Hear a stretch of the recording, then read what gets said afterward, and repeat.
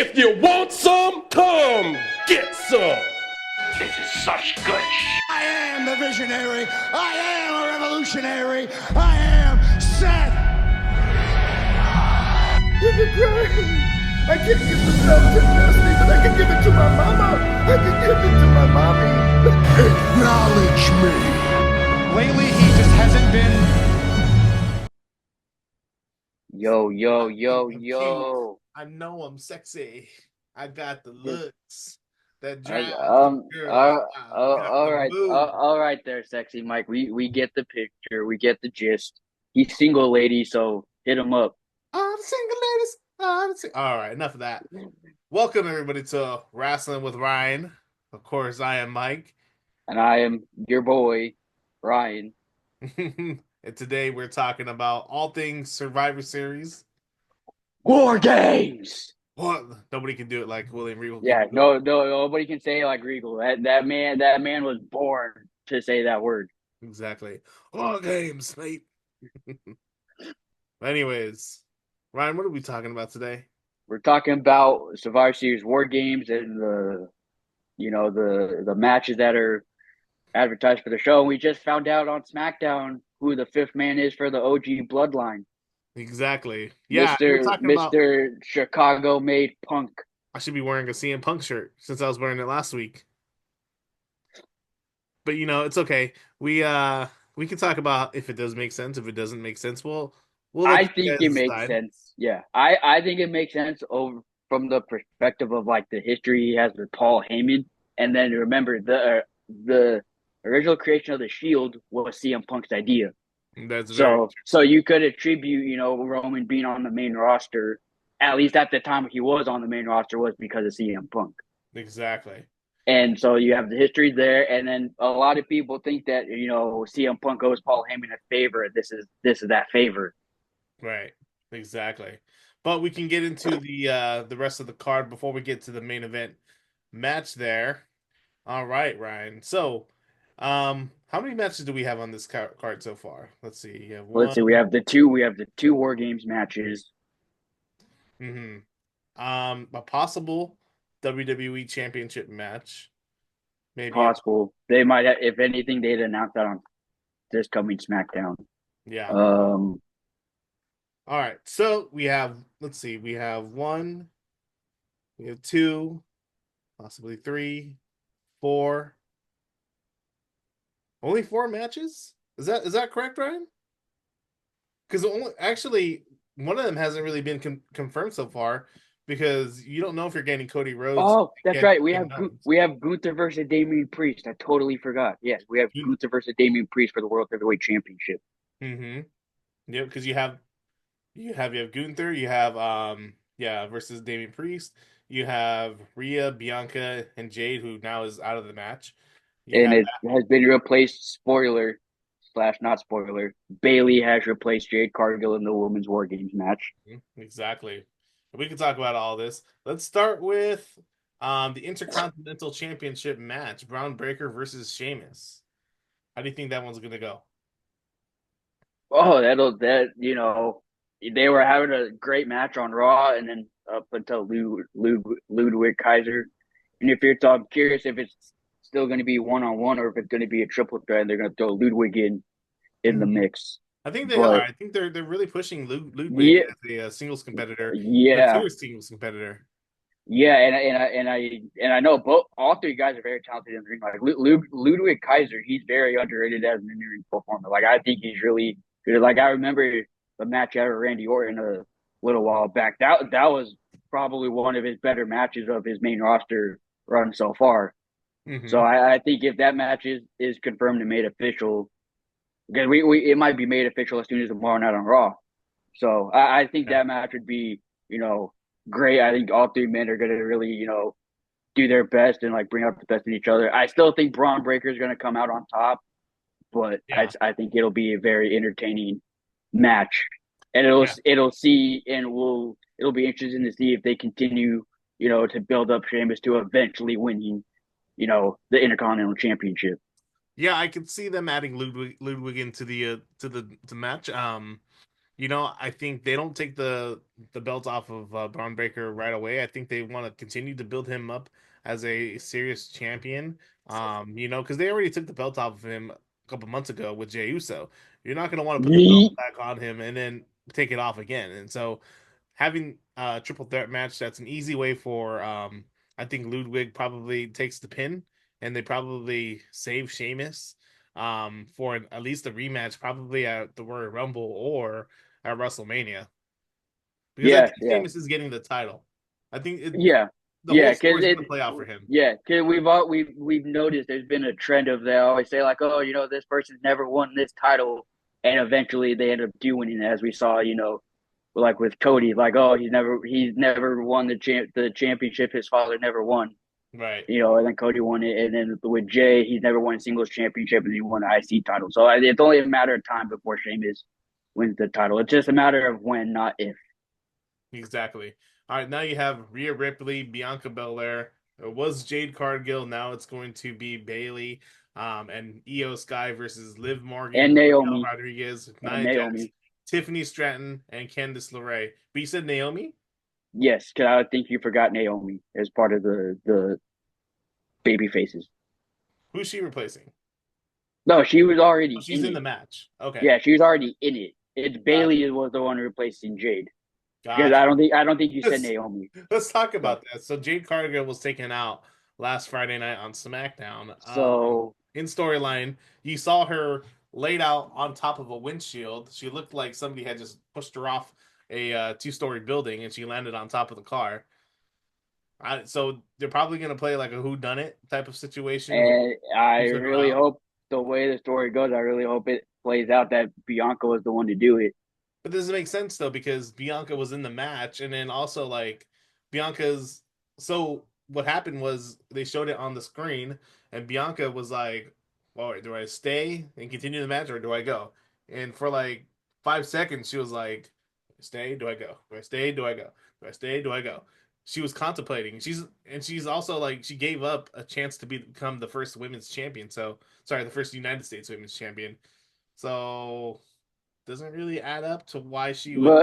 But a lot of people are saying it's reminiscent of the Triple H Shawn Michaels storyline from a while back, Yeah, where Triple H ended up being the one to take out Shawn Michaels.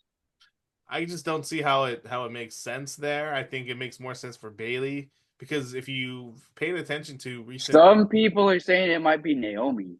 it could be Naomi. I think because if you paid attention to the way their interactions have been last few weeks on SmackDown, I feel like Bailey's been kind of ostracized from the women's locker room. The way they talk to her, and especially like Naomi. I think like Naomi is always been in a position where she's been the bridesmaid and not the bride. So you take those two characters right there, right? One, Bailey not really feeling like she's welcome in the SmackDown locker room per se, and then two, Naomi, she's never really had the opportunity to be women's champion. Yeah. So here's my thoughts on that. Bailey has spent like the last like 4 years or like 5-ish years as a heel. I think it's still too soon to turn her back into a heel already. I think Naomi needs a heel run because she hasn't been doing anything as a babyface. She's getting stale, and we haven't really had a good Naomi singles heel run because the last time she was a heel was when she was part of the team team bad or whatever it was. Yeah, And Team so Bad. we haven't really had a single Naomi heel run. So I think it'd be interesting to have Naomi be the one to turn heel and put her on a heel run. Yeah, I mean it's all interesting to play out, to see how it's going to play out. I just Plus, you also have the story of when they had the number one contenders match, Bailey beat Naomi. Eventually, Naomi did get a shot, but there's also the point of like where Naomi might be getting jealous of Bailey for Bailey getting all the opportunities. So you have that story there too. I hope two things happen in this match now. One, I hope that Tiffany Stratton cashes in. I think it'd be a very unique way for her to cash in Ooh, inside, yeah, yeah. The War Games, inside a yeah. War Games match. I think that'd be great. I think that would boost. Especially after they teased it with Damian Yeah, Priest last year, yep, exactly. So I think they should definitely pull the trigger on that. It'd be such a unique way. We've never seen a and cash. it'd be a shock, and it would be Yeah, a shock. Exactly. So we've never seen a cash in like that. All the cash ins have been so mundane and like repetitious now. Like it's just you got to think outside the box. And so if you do a cash in inside War Games, that's going to generate a lot of buzz. The other thing I'm looking forward to in this match is Io Sky going on top of the cage with the trash can on. Yeah, yeah, The trash can on top and her diving typical, down. yeah. Hey, they say EO Sky is the woman, the queen of war games because she's been in every women's war games match, Hmm. everyone. I just And I think, and now with Bailey being replaced, Bailey's been in everyone on the main roster now. yeah. Was it last year that she did the trash can spot? It's the last two, Yeah. I think we're gonna get that again this year. yeah. All Or right. or who knows? Maybe we see her do a over the moonsault from the top. Exactly. All right. So Now you have your World Heavyweight Championship match. Gunther defending against the former world champion, Damian Priest. How do you think that yeah, was going to so play out? I mean, I think it's going to be a classic match because their match at SummerSlam was also really good, and I think we don't see any outside interference. Well, Yeah. potentially, but I don't think we're going to see any outside interference. So I think we're going to actually get to see the two actually have like a legitimate wrestling match, like to the end, like with a clean finish.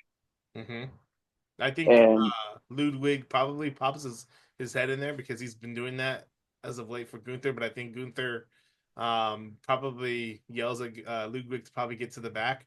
And then you probably see like a near fall where Damian Priest probably capitalizes on that. But then I think in the end, Gunther will Gunther retains. win.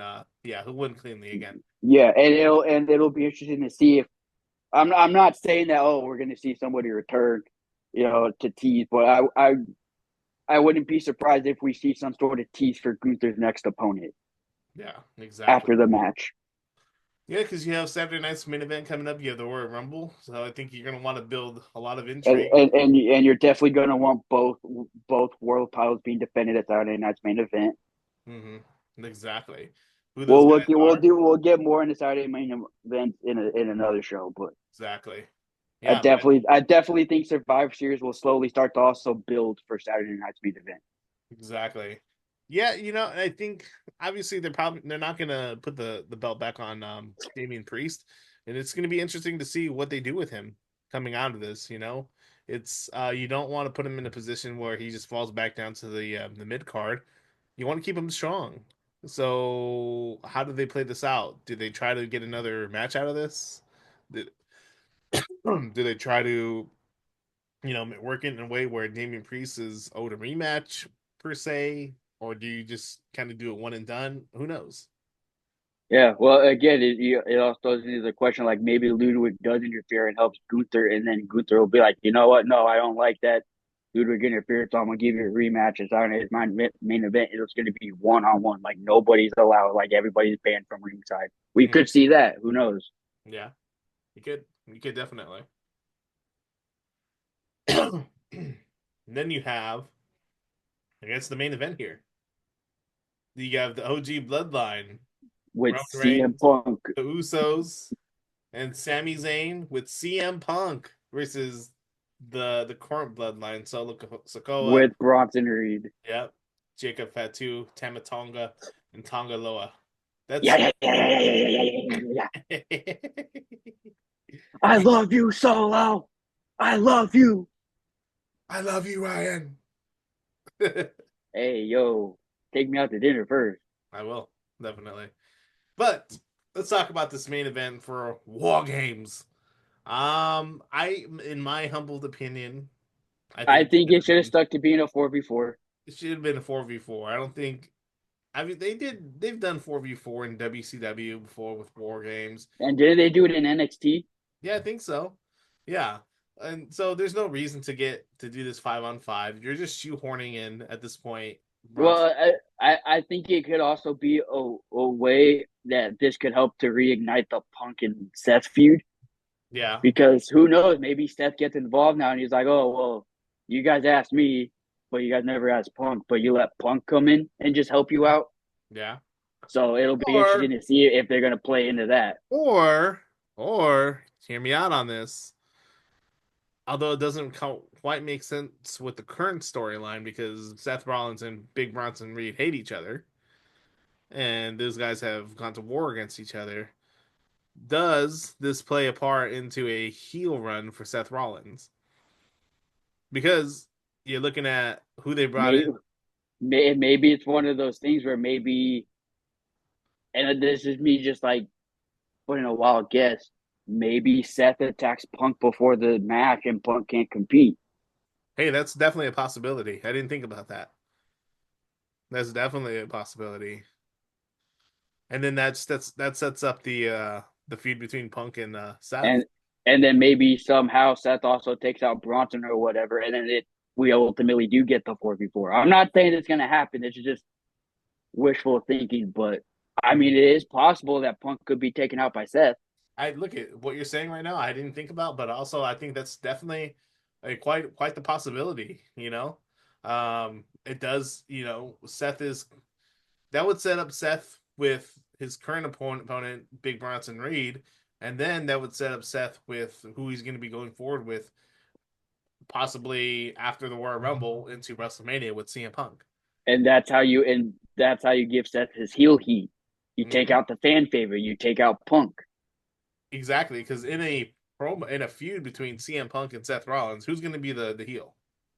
I definitely think Seth would be the heel. Seth would be the heel. I mean you could do babyface versus babyface, but I don't think that's the route. I don't think that's the route they should go. Yeah, exactly. You could. I mean, Seth Rollins would in that feud. I think he would thrive as a heel. Oh yeah, I definitely think Seth would probably have some of his best work, like promo wise, being the heel in that feud. Because you need to match CM Punk as yeah, and it's one of those things that Seth was the heel, he wouldn't have to hold back in his promos. Exactly. He would be able to, like go off on a tangent. Like he wouldn't have to hold back because he's a good guy. Exactly. Yeah. And then they could use him as somewhat of a tweener, because Seth Rollins, I feel like, is not going to be at this point. He's not going to be like a heavily booed because he's too over with the crowd. And that's the problem. Well, it's a problem, but it's a good problem to have when you have a feud between two people and they're both over with the crowd. That's a good problem to have. Exactly. And also too, like, Seth has been saying he will never tag with Roman Reigns. Who's a babyface right now? Roman Reigns. Roman Reigns is a babyface right now. I would define him as more of like he's a tweener right now who leans more towards the babyface side. But I wouldn't say he's a full-fledged babyface at the moment. Yeah, but the audience but it's leaning that way. Yeah, but it's leaning that way. It is. It's just, it opens up a lot of doors for Seth Rollins, and I think going into WrestleMania season, you need strong heels. There's a lot of in 2025 you have John Cena coming back. He's gonna spend a lot of time on Raw. You have, possibly Goldberg coming back around this time. CM Punk is gonna be around. You need strong heels to match up against these guys on these shows. And I think transitioning Seth Rollins into a heel. And you want to know another thing that also factors into this story is Seth standing on business. He's holding his ground. He says, I'm not going to team up for Roman again. And with Punk taking his spot, it's like, he still stood by that. So I like that WWE didn't initially make it. And I like how they didn't go the obvious route of making Seth the fifth man just because Bronson's the fifth man on the other side. Exactly. So I do give kudos to WWE for not going the obvious route. Yeah. Who do you think wins this match?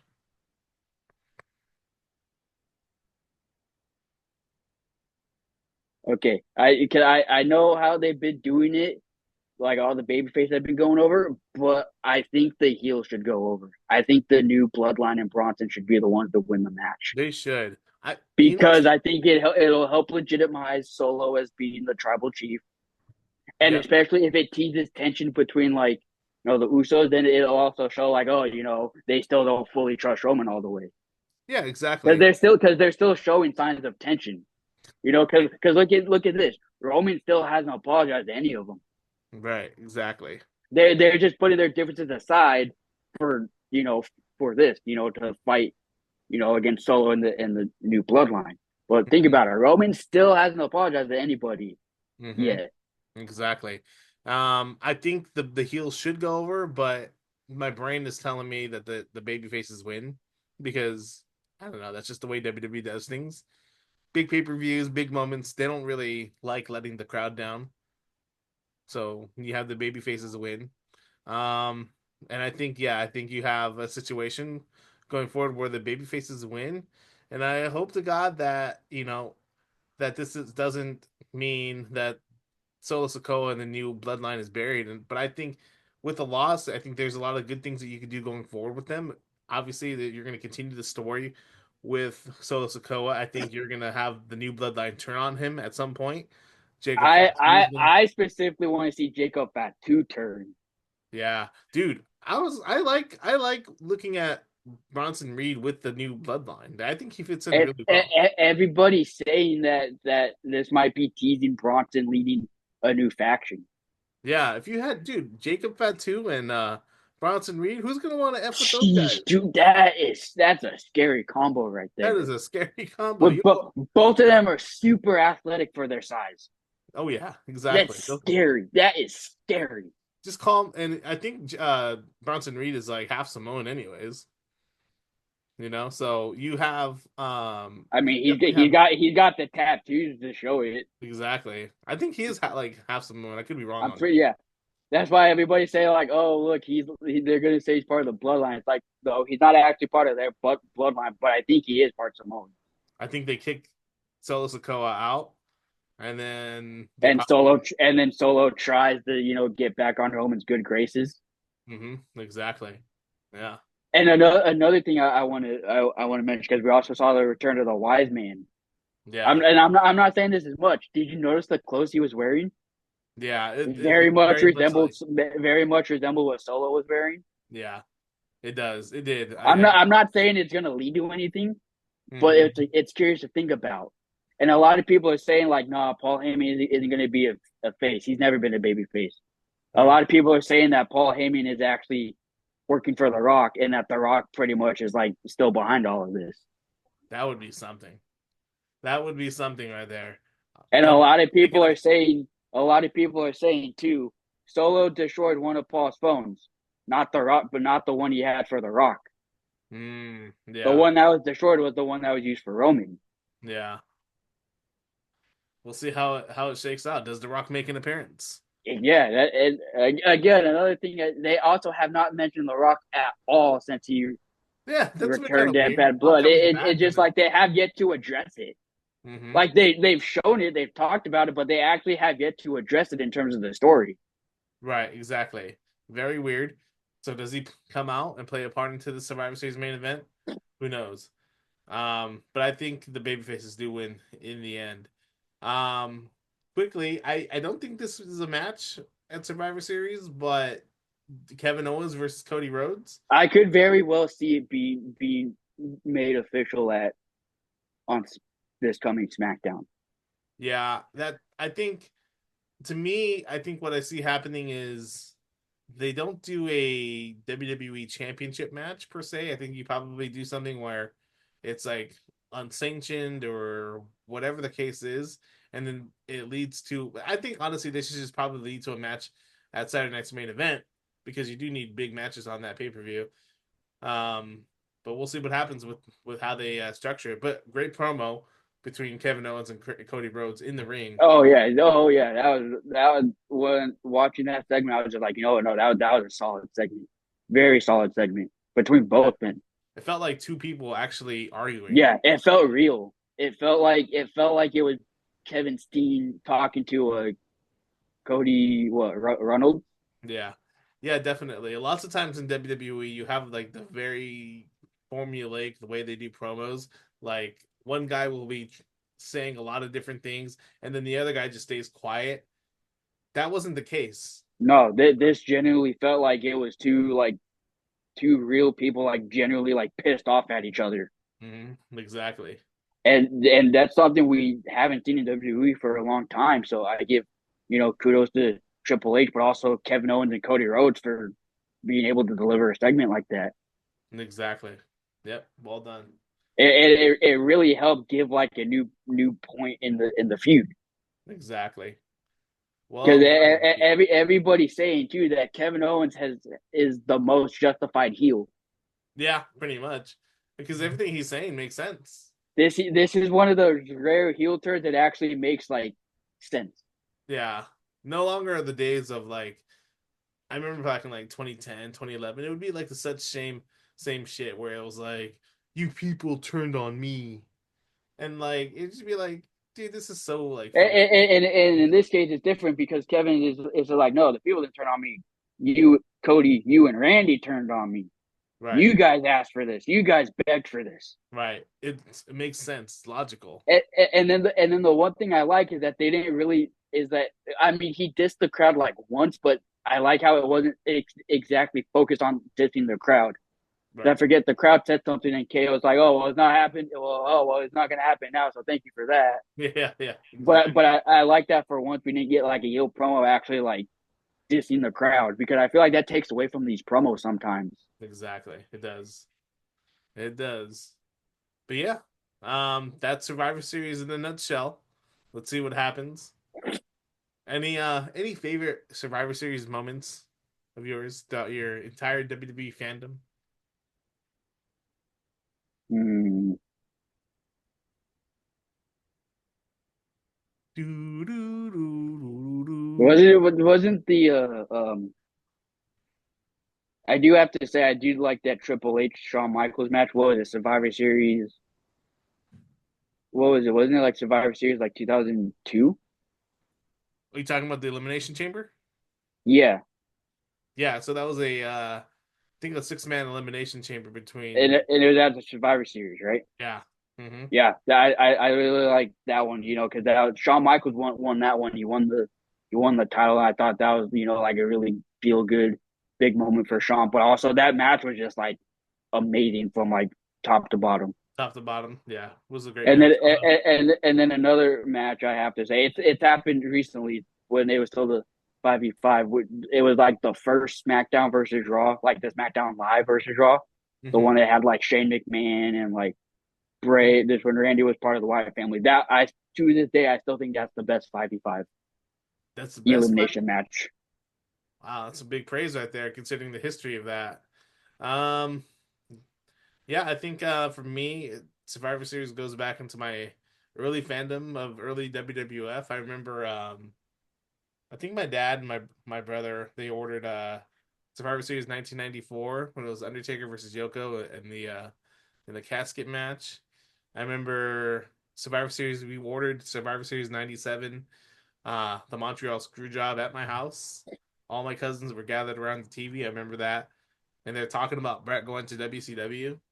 Um, the the invasion match in 2001 that kind of sucked, but that was still cool for what it was. Yeah, Um, and yeah. Well, then if you finish your thought, and then yeah. I'll add. Let's see. Survivor Series. They all kind of blended together in the mid 2000s, I would say. I remember we ordered 2008 was when Cena came back versus Jericho. That was okay. 2009, that was the triple threat Cena, Shawn, Triple H, Shawn Bray, Michaels. and then honestly, Cena Rock versus Truth and Miz 2011 Yeah, at Madison Square yeah. Garden. That was one of the last pay-per-view at Madison Square Garden. Really hard to believe, but that was The Rock's first match in 7 years. I remember being really excited about that. And then they all kind of And, like, and another match I do have to mention only because it has my goat, and I feel like I can't have a favorite moment without my goat. I know mhm. I'm biased, I know, but Team Cena versus Team Authority at Survivor Series 2014, where we Oh, saw the Sting came back. debut of Yes, Sting. Yeah, yeah, where we saw the debut of Sting. I remember watching that one. Um, I think this also ties into a little bit of what we're gonna see this year, but the debut of the Shield, Survivor Series 2012, where they powerbomb right back into the into the announcer's desk. Yeah, all those in the Survivor Series kind of felt like a mid pay-per-view in the 2010s. And I know we got the hype main event of Brock versus Goldberg, which was a squash, but in a way, it was like one of like the more entertaining squash matches in like Uh, the history of the that was company, that just was yeah. just because the crowd really like ate it up, and it was genuinely shocked. It was a genuine shock. Like, people did not expect Goldberg to beat Brock that fast. No, that was genuinely shocking. I remember watching that, and I was Like, I watched it, I was just like, what the fuck? Like, but it was in a way I was just like, oh my god, that was like awesome. In a weird way, it was like, I know that was a squash, but that was awesome. Mm-hmm. It's like, that's how you do a squash match. Yeah, that was genuinely shocking. That was really just to get the train behind Goldberg again. When they did the Raw versus SmackDown brand warfare type of stuff, that was pretty lame, but I remember Brock having some pretty good matches against Daniel Bryan. He had a great match against AJ Styles, yeah. That was really it. And thank then God AJ saved us from Jinder versus Brock. Oh, thank God. that would have been horrible. Thank God. Yeah, that match would have sucked. Exactly. So thank God. One of the few booking decisions Vince was actually good at. Yeah. Putting the title on AJ. Exactly. And then you bring us into the War Games era. Which I think was the smart call. Last year was 2022 was the first War Games on the main roster, right? Exactly. Yeah, 2022. But yeah, I think that was a smart call to make Survivor Series War Games. Yeah, because it brings new life to the show overall. Exactly. And it really helps to showcase the talent we may not really get to see in like big spots like that, big matches like that. Exactly. Like, look, like we're gonna see Candice LeRae, who I think is very talented in the ring, so it'll be interesting to see how she does in a big spot like that. Exactly. Yep. Yeah, and then last year's Survivor Series was amazing. We watched that together. Randy Orton. Yep. And I remember we were at the point where it's like, oh, the show's over, and all of a sudden, yeah, we're like, oh shit. We're like, oh my god. I think we all lost it. I think I hugged you at that point. Yeah, we all lost it. Yeah, I was jumping up and down. I think I even said something. I was like, wait. I was like, wait, show's not over. And we were like, oh, there's the thing. And then the static hit. And now it's come full circle because a year later, Punk's actually going to be competing in the War Games match at the very event he returned to a year ago. Yep, exactly. It's crazy. Wow, crazy. It's been almost a full year since CM Punk came back. That's crazy. It is crazy. Crazy indeed, but all right. Well, this was fun. Talking about Survivor Series, talking about War Games, talking about War Games. Quickly before we go, guys, LaceEmUpSports.com is up and running. Guys, I put a lot of effort into this recently. Please check out all that we have on the website. There's all of our content, a little bit of bios of myself and Ryan, how he likes long walks on the beach. You can access our prior content when it was just the Lace 'em Up podcast from way back in 2017, 2018. There's going to be a lot more to come on the website as well. You've seen the evolution. You'll see the evolution of the Lace 'em Up podcast when it was kind of in its early stages to now, where we're really trying to grow and expand the brand. So exactly. Well, just keep up, on the website, and there's gonna be. I just saw my Panthers are tied with the Chiefs right now, so I'm kind of happy. Oh, sorry, nice. Going off topic, but on there it describes how Ryan somehow loves the Carolina Panthers. I don't know why. It's not somehow. You know why? I told you why. Because when I started watching football, Cam Newton. For all you, yes, I'm a big Cam Newton guy, so I'm still a Panthers fan to this day. So that is why I'm a Panthers fan. He's a California kid, although except for the Carolina Panthers. Yes. I try to convert him to be a Rams fan, but Hey, I like the Rams. I told you I like the Rams. I've been to 2 Rams games. You have Both against the Panthers. I've seen my Panthers win once, and then I've seen them lose. When did they beat us? It's when the Rams are still playing at the Coliseum. Oh, okay. It was the year after I think we went to the Super Bowl. I went to it. It was 13-10. Gotcha. The lone touchdown that game was a Cam Newton touchdown pass to Greg Olsen. Oh wow! Yeah, that's how good my knowledge is. Damn, that was the lone touchdown that game. Greg Olsen touchdown catch. Well, I just went to a game versus the Dolphins. We didn't have any touchdowns, so Ah, you picked such a. You were probably like, "Oh yeah, we're gonna win," and you're probably like, "Well, yeah, that was something." exactly. Well, And anyways, then yeah, all right, it's been fun. Let's talk next week about more wrestling. More wrestling with we're Ryan. we're gonna. I mean, I guess we can state now. The next episode, we're gonna recap War Games since it's this Saturday Exactly. and we film on Sunday. Let's do it. So yeah, it'll be interesting. And also War Games, it has a special early start time. I think they said it's 6 p.m. Eastern. Make sure to catch it. Until next time, I'm Mike, I'm Ryan. Yeah, you can't see me. and they won't be able to see you now.